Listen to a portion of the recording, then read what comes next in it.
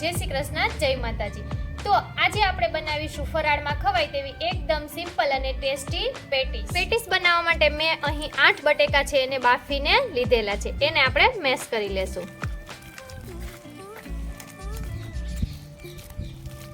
આ રીતે છે આપણે બટેકાને મેશ કરી લીધા છે। સ્વાદ પ્રમાણે મીઠું ઉમેરીશું।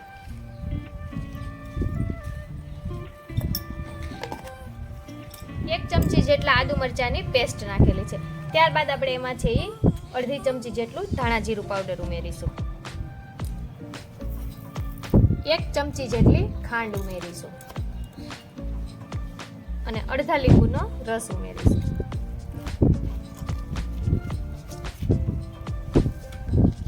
त्यारबाद छे कोथमीर उमेरीशुं।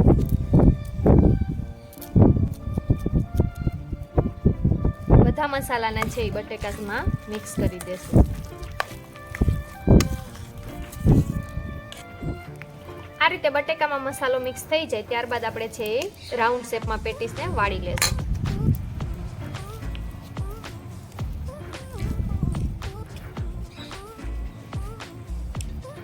અને એને છે મેં અહીં તપકીરનો લોટ લીધેલો છે। તપકીરના લોટમાં છે આખા પેટીસને આપણે કવર કરી લેશું। आ रीते शेप आपता जशुं।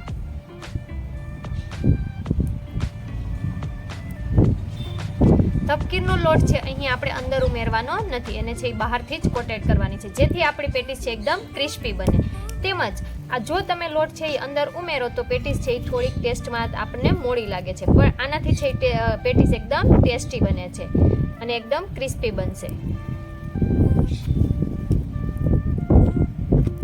आ रीते बधी पेटीस छे ने आपणे तैयार करी लेशुं। पेटीस तैयार थई जाय त्यारबाद छे चूला उपर लोढी मूकी अने एमां आपणे तेल नाखीशुं। तेल गरम थई जाय त्यारबाद एक एक पेटीस छे एमां मूकी देशुं अने एने आपणे छे ई मीडियम ताप पर चढ़वा देशुं। उपर छे थोडुं तेल उमेरीशुं। थोड़ी वार पछी से एने आपणे आ रीते तावीथा अने चाकानी मददथी पलटावी जेथी छे एना आकाરમાં કંઈ જેથી તેનો આકાર છે એ બદલે નહીં। ફરીથી આપણે એને છે એ પલટાવી નાખીશું। આ રીતે છે 2-3 વાર પલટાવીને શેકવાથી એકદમ ક્રિસ્પી બને છે તેમજ અંદર છે એકદમ ચડી જાય છે। आ रीते पेटीस छे तैयार थई जाय त्यारबाद आपणे छे एने चूला परथी नीचे उतारी लेशुं।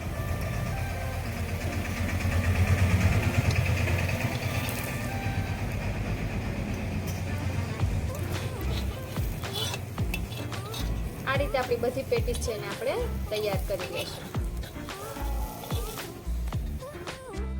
फराળી પેટીસની રેસીપી કેવી લાગી તે કમેન્ટ બોક્સમાં જરૂરથી જણાવજો। તેમજ જો તમને મારો વિડીયો ગમ્યો હોય તો લાઈક કરી, શેર કરી અને મારી ચેનલને સબસ્ક્રાઇબ કરજો।